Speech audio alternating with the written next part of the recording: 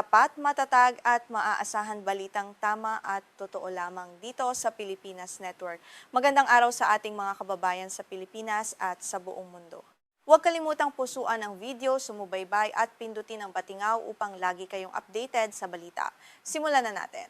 Nagpadala umano ang Iran ng matataas na commander ng Islamic Revolutionary Guard Corps o IRGC kasama ang mga makabagong kagamitan para sa mga misil at drone patungong Yemen ngayong buwan. Ayon sa ulat, layunin ng hakbang ng Tehran na palakasin ang kakayahan ng kaalyado nitong armadong grupong Houthi na magsagawa ng mga operasyon at magbanta sa mga barkong naglalayag sa dagat na pula. Itinuturing ang naturang hakbang na isang direktang hamon sa seguridad ng pandaigdigang kalakalan, lalo na sa isa sa pinakamahalagang rutang pandagat sa pagitan ng Asya, Gitnang Silangan at Europa. Apat na magkakahiwalay at mapagkakatiwalaang mapagkukunan, kabilang ang dalawang mapagkukunan mula sa Iran, ang ministro ng impormasyon ng Yemen at isang tagasuri sa seguridad ang nagkumpirma umano sa sensitibong impormasyong ito. Ayon sa kanila, isinagawa ng Iran ang paglilipat ng mga tauhan ng IRGC at kagamitang pangmilitar sakay ng isang espesyal na paglipad mula Tehran patungong Yemen noong Hulyo 13. Hindi pa naiulat noon ang naturang operasyon. Detalyadong sinabi ng dalawang mapagkukunang mula sa Iran na nasa pagitan ng 10 at 21 opisyal at tauhan ng IRGC, kabilang ang ilang matataas na commander, ang lulan ng eroplano ng Mahan Air noong araw na iyon. Ang Mahan Air ay isang kumpanyang panghimpapawid na matagal nang pinapatawan ng mabibigat na parusa ng Estados Unidos. Iniuugnay ito ng Washington sa pagtulong sa mga operasyong militar ng Iran at sa pagpapadala ng mga armas at tauhan sa ibang bansa. Orihinal na nakatakdang lumapag ang eroplano sa Sanaang kabisera ng Yemen na kasalukuyang kontrolado ng Houthi. Gayunman, napilitan umano itong lumihis ng ruta patungo sa lungsod ng Hodeida sa baybayin ng Dagat na Pula. Nangyari ito matapos salakayin ng mga puwersa ng pamahalaan ng Yemen na sinusuportahan ng koalisyong pinangungunahan ng Saudi Arabia ang paliparan sa Sana upang pigilan ang paglapag ng eroplano mula sa Iran. Ayon sa ulat, pangunahing layunin ng pagpunta ng mga commander ng IRGC sa Yemen ang direktang pagsuporta sa mga operasyong militar ng Houthi. Inaasahan din umano silang magbigay ng pagsasanay sa paggamit at pagpapanatili ng mga bagong sistema ng misil at drone. Bukod sa kagamitang pangmilitar, nagpadala rin umano ang Iran ng malaking halaga ng ginto sakay ng eroplano. Pinaniniwala ang gagamitin ito bilang pondo para sa patuloy na operasyon ng Houthi sa Yemen at sa Dagat na Pula. Nagbigay ng impormasyon ng dalawang mapagkukunan mula sa Iran sa kondisyong hindi ibubunyag ang kanilang pagkakakilanlan. Sinabi nilang nanganganib ang kanilang kaligtasan dahil sa pagiging sensitibo ng impormasyong kanilang ibinahagi. Ang bagong pagpapakalat na ito ay itinuturing na panibagong palatandaan ng patuloy na pagsisikap ng Iran na palakasin ang Houthi sa kabila ng mga babala at pagkondena mula sa iba't ibang bansa. Mahigit isang dekada nang nakikipaglaban ng Houthi sa isang madugong digmaang sibil laban sa pamahalaan ng Yemen na kinikilala ng pandaigdigang komunidad at sinusuportahan ng Saudi Arabia. Sa paglipas ng mga taon, paulit-ulit na pinuntirya ng Houthi ang mga kalapit na bansa sa rehiyon ng Golpo, partikular ang Saudi Arabia at United Arab Emirates. Gumamit ang grupo ng mga misil at drone na may pampasabog sa ilan sa mga naturang pag-atake. Hindi agad naglabas ng opisyal na pahayag ang Ministry ng Ugnayang Panlabas ng Iran nang hingan ito ng komento tungkol sa ulat. Sa mga naunang pagkakataon, paulit-ulit na itinanggi ng Tehran na nagpapadala ito ng mga misil at iba pang makabagong kagamitang pangmilitar sa Houthi. Iginiit nitong moral at pampolitika lamang ang suporta nito sa grupo. Ibinasura naman ni Abdelrahman Al-Ahnomi, isang opisyal sa media ng Houthi, na nagsabing kasama siya sa naturang eroplano ang mga paratang tungkol sa presensiya ng mga eksperto sa militar ng Iran. Tinawag niyang kasinungalingan at gawa-gawa ng mga kalaban ng Houthi ang ulat. Ayon sa kanya, mga sibilyan lamang ang lahat ng pasaherong lula ng eroplano at walang kasamang sundalo o opisyal ng IRGC. Matagal na rin itinatanggi ng Houthi na isa itong puwersang kinatawan o sunod-sunuran lamang ng Iran sa Gitnang Silangan. Iginiit ng grupo na ang mga makabagong armas, misil at drone na ginagamit nito sa mga operasyon sa Dagat na Pula ay sarili nitong gawa at dinisenyo sa loob ng Yemen ng mga lokal na inhinyero. Gayunman, matagal nang inaakusahan ng Estados Unidos, Saudi Arabia at iba pang bansa ang Iran na nagbibigay sa Houthi ng mga armas, teknolohiya, pagsasanay at impormasyon para sa mga operasyong militar nito. 3 araw matapos dumating ang nasabing eroplano sa Yemen, iniulat na hiniling ng Tehran sa Houthi na maghanda para sa posibleng pagharang sa ruta ng langis sa Dagat na Pula. Ayon sa ulat, maaaring ipatupad ang hakbang kung patuloy na aatakihin ng Estados Unidos ang mga infrastruktura ng enerhiya ng Iran. Nagtaas ito ng panibagong banta sa pandaigdigang supply ng langis at sa seguridad sa enerhiya ng maraming bansa. Ang Dagat na Pula at kipot ng Bab al-Mandab ay kabilang sa mga pinakakritikal na rutang dinaraanan ng mga barkong nagdadala ng langis, likas na gas at iba pang mahahalagang kalakal. Ang anumang malawakang pagkaantala o pagsasara sa naturang ruta ay maaring magpataas sa presyo ng krudo sa pandaigdigang pamilihan. Maaari rin itong magkaroon ng direktang epekto sa ekonomiya ng mga bansang Asyano, kabilang ang Pilipinas. Noong Lunes, opisyal na inanunsyo ng Houthi ang pagpapatupad ng pagharang pandagat laban sa mga barkong may kaugnayan sa Saudi Arabia. Kinokontrol ng grupo ang mga teritoryo sa Yemen na nakaharap sa mahalagang rutang pandagat sa Dagat na Pula at malapit sa kipot ng Bab al-Mandab. Ayon sa Houthi, tugon ang pagharang sa pambobomba sa paliparan ng Sanaa noong Hulyo 13. Isinisi ng grupo ang mga pag-atake sa militar ng Saudi Arabia. Ang mga pangyayaring ito ay maaaring maghudyat ng pagtatapos ng 4 na taong marupok na tigil putukan sa pagitan ng Saudi Arabia at Houthi. Nagbigay ang tigil putukan ng pansamantalang katahimikan sa ilang bahagi ng Yemen. Gayunman ang muling pagtaas ng tensyon at palitan ng mga banta ay nagdulot ng pangambang muling lalala ang digmaang sibil. Itinuturing ng United Nations ang Yemen bilang isa sa mga bansang nakararanas ng pinakamalubhang krisis na makatao sa buong mundo. Lalo pang tumindi ang banta sa mga rutang pandagat noong Huwebes nang ihayag ng Houthi na matagumpay nitong sinalakay ang 2 malalaking barkong tangke ng langis ng Saudi Arabia. Ipinakikita ng naturang pag-atake na may kakayahan ang grupo na isakatuparan ang mga banta nito. Nagdudulot din ito ng matinding panganib sa mga mandaragat at barkong pangkalakal na dumaraan sa rehiyon. Kinumpirma rin ni Muammar al-Eryani, Ministro ng Impormasyon ng Pamahalaan ng Yemen na sinusuportahan ng Saudi Arabia ang umano'y paglilipat ng mga tauhan at kagamitan ng IRGC. Sa isang panayam sa telepono, sinabi niyang nagmula ang impormasyon sa sariling ulat paniktik ng pamahalaan na nakalap ng mga ahenteng nakatalaga sa iba't ibang bahagi ng Yemen. Ayon kay al-Eryani, pangunahing misyon ng mga tauhang ipinadala ng Iran ang palakasin ang kakayahang militar ng Houthi at ihanda ang grupo para sa mas malalaking operasyon sa hinaharap. Sinabi rin niyang maaring gamitin ang mga bagong kakayahan upang bantaan ang pandaigdigang seguridad sa dagat, partikular sa Dagat na Pula at kipot ng Bab al-Mandab. Ang kipot na ito ang nag-uugnay sa Dagat na Pula at Golpo ng Aden. Mula rito, maaaring magpatuloy ang mga barko patungo sa Dagat Arabia at Karagatang Indiano o dumaan sa Kanal ng Suez patungo sa Dagat Mediteraneo.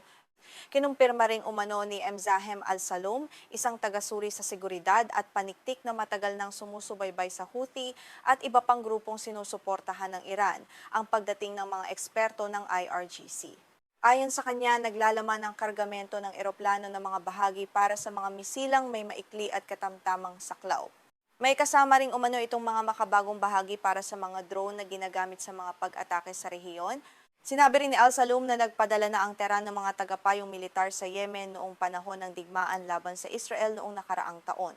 Dumaan umano ang ilan sa mga ito sa Somalia upang maiwasan ang pagmamanman at pagtuklas ng mga kalabang puwersa. Bagamat itinanggi ng Tehran ng mga paratang, ipinahihiwatig ng mga ulat ang posibilidad na may malawak na lihim na sistema ang Iran para sa pagpapadala ng tulong militar sa mga kaalyado nito sa gitnang silangan.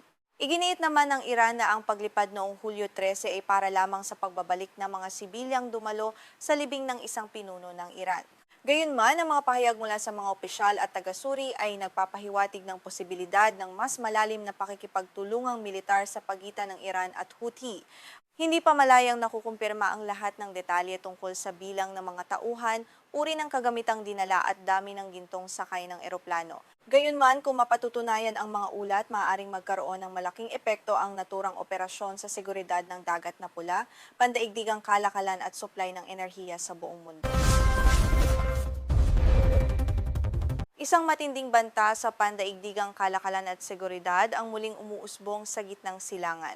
Nagbanta ang armadong grupong Houthi sa Yemen na ganap nitong haharangin ang kipot ng Bab el-Mandeb para sa lahat ng barkong may kaugnayan sa Saudi Arabia. Nagbabanta ang mapanganib na hakbang na ito na palawakin ang umiiral na sigalot na kinasasangkutan ng Iran at mga kaalyado nito. Maaari rin itong magdulot ng matinding krisis sa pandaigdigang supply ng langis. Sinundan agad ang deklarasyon ng panibagong aksyong militar sa dagat. Inanunsyo ng Houthi na matagumpay nitong sinalakay ang dalawang malalaking barkong tangke ng langis ng Saudi Arabia sa dagat na pula. Ayon sa grupo, nagdulot ang mga pag-atake ng malalaking sunog sa mga naturang barko. Sinabi nitong isinagawa ang operasyon bilang ganti sa pagharang ng koalisyong pinangungunahan ng Saudi Arabia sa Yemen at sa kamakailang pambobomba sa paliparan ng Sanaa na kontrolado ng Houthi. Kinumpirma naman ng opisyal na ahensiya ng balita ng Saudi Arabia at ng United Kingdom Maritime Trade Operations o UKMTO ang sunog sa isa sa mga barkong tangke matapos ang pag-atake sa dagat na pula. Mabilis na naapula ang apoy at wala umanong naiulat na nasugatan o nasawi sa insidente. Gayunman, nagdulot ang pangyayari ng malaking pangamba sa mga kumpanya sa paglalayag na gumagamit ng naturang ruta. Ang estratehikong kipot ng Bab el-Mandeb na matatagpuan sa katimugang dulo ng tangway ng Arabia ay isa sa pinakamahalagang rutang pandagat sa buong mundo. Direkta nitong pinagdurugtong ang dagat na pula at Golpo ng Aden. Nagsisilbi itong pangunahing daanan ng mga kalakal sa pagitan ng Asya at Europa. Dahil dito, ang anumang banta sa ruta ay maaring magkaroon ng direktang epekto sa pandaigdigang ekonomiya at kalayaan sa paglalayag. Tinatayang humigit kumulang 12% ng kabuang pandaigdigang kalakalan ang dumaraan sa makipot na daanang ito bawat taon. Kabilang dito ang halos sangkapat ng pandaigdigang daloy ng mga container. Kung tuluyang maparalisa ang kipot ng Bab el-Mandeb, maaring magkaroon ng malawakang pagkaantala sa paghahatid ng mga produkto. Maaari rin itong itulak pataas ang presyo ng langis, pagkain at iba pang pangunahing bilihin. Lalo pang naging mahalaga ang kipot ng Bab el-Mandeb sa pagluluwas ng langis ng Saudi Arabia dahil sa mga naunang kaguluhan sa kipot ng Hormuz. Nilimitahan ng patuloy na tensyon sa Golpo ng Persia ang kakayahan ng mga barko na maglayag doon ng ligtas. Dahil dito, naging pangunahing alternatibong ruta ng Saudi Arabia ang dagat na pula upang maihatid ang krudo nito sa mga pamilihan sa kanluran at iba pang bahagi ng mundo. Iginiit ng Houthi na sinusuportahan ng Iran na tugon lamang ang pagharang sa mga operasyong militar ng koalisyong pinangungunahan ng Saudi Arabia. Partikular nitong tinukoy ang kamakailang pag-atake sa pandaigdigang paliparan ng Sanaa, ang kabisera ng Yemen na kasalukuyang hawak ng grupo. Para sa Houthi, isa itong lehitimong pagtatanggol sa teritoryo at soberanya nito. Bagamat sinabi ng Houthi na mga barkong may kaugnayan lamang sa Saudi Arabia o patungo sa mga daungan nito ang pupuntiryahin, nananatiling nag-aalinlangan ang mga eksperto. Noong nagpatupad ang grupo ng katulad na pagharang laban sa Israel dahil sa digmaan sa Gaza, ilang barkong walang direktang kaugnayan sa labanan ang naapektuhan din. Ipinakikita nito na walang ganap na garantiya sa kaligtasan ng ibang dayuhang barkong dumaraan sa rehiyon. Ayon sa mga taga-suri, sapat na ang banta ng pag-atake upang pigilan ang mga pandaigdigang kumpanya sa paglalayag na gamitin ang ruta. Napipilitan ang mga kumpanya na humanap ng ibang daan na nagpapataas sa bayad sa siguro at nagpapahaba sa oras ng biyahe. Nagiging isang uri rin ito ng psikolohikal at pang-ekonomiyang presyon na may direktang epekto sa pandaigdigang kalakalan. Sa kasalukuyan, hindi direktang kontrolado ng Houthi ang baybayin ng Yemen sa kahabaan ng kipot ng Bab el-Mandeb. Hawak ang ilang bahagi nito ng mga kalaban ng grupo sa nagpapatuloy na digmaang sibil sa bansa. Gayunman, matatagpuan ang mga puwersa ng Houthi sa mga teritoryong wala pang 100 kilometro ang layo. Sapat ang distansiyang ito upang makapaglunsad ang grupo ng mga pag-atake gamit ang mga misil, drone at iba pang sandata. Ayon sa ulat ng Associated Press na nakabatay sa mga pahayag ng ilang opisyal ng Houthi, ilang buwan umanong pinagplanuhan ng grupo kung paano gagambalain ang paglalayag sa kipot. Kabilang sa mga posibleng taktika ang paggamit ng mga minang pandagat, bangkang puno ng pampasabog, makabagong drone at mga helicopter upang sapilitang sakyan o pasukin ang mga barko. Ipinakikita ng mga planong ito na naghahanda ang grupo para sa posibleng mas malawak na operasyon sa dagat. Sinabi rin ng ilang opisyal na magpapadala muna ang Houthi ng mga babala sa mga barko upang huwag tumawid sa mga itinakdang hangganan. Kapag binaliwala ng mga kapitan ang mga babala, maaari umanong gumamit ang grupo ng dahas at magsagawa ng aksyong militar. Layunin ng pamamaraang ito na ipakita na nagbigay muna ang Houthi ng babala bago isagawa ang anumang pag-atake. Gayunman, hindi nito automatikong ginagawang legal sa ilalim ng pandaigdigang batas ang paggamit ng puwersa laban sa mga sibilyang barkong pangkalakal. Sa kipot ng Hormuz, na ipakita ng Iran na kahit ang paminsan-minsang pag-atake ay maaaring sapat upang gambalain ang isang mahalagang rutang pandagat. Kapag tumaas ang panganib at bayad sa seguro, napipilitang umiwas ang mga kumpanya sa paglalayag. Ito rin ang estratehiyang pinaniniwala ang ginagamit ng Houthi sa kipot ng Bab el-Mandeb upang magdulot ng takot at kawalan ng katiyakan sa pandaigdigang komunidad. Ayon kay Cleonad Rally, tagapagtatag ng ACLED, isang organisasyong sumusubaybay sa mga armadong tunggalian, magiging lubhang mapanganib kung sabay na malalagay sa matinding presyon ang kipot ng Bab el-Mandeb at Golpo ng Persia. Magdudulot ito ng magkakasabay na kaguluhan sa dalawa sa pinakamahalagang rutang pandagat sa mundo. Maaari itong magkaroon ng napakalaking epekto sa ekonomiya ng maraming bansa. Ipinakikita ng mga opisyal na datos na mahigit 7 milyong bariles ng petrolyo bawat araw ang dumaan sa kipot ng Bab el-Mandeb noong Hunyo. Mas mataas ito kaysa sa humigit kumulang 4 na milyong bariles bago lumala ang digmaan sa Iran. Ipinakikita ng pagtaas na naging pangunahing daluyan ng supply ng enerhiya ang rutang ito.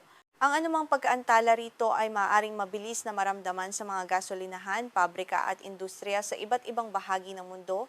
Maaari pa rin magpadala ang Saudi Arabia ng krudo nang hindi gumagamit ng kipot ng Bab el-Mandeb.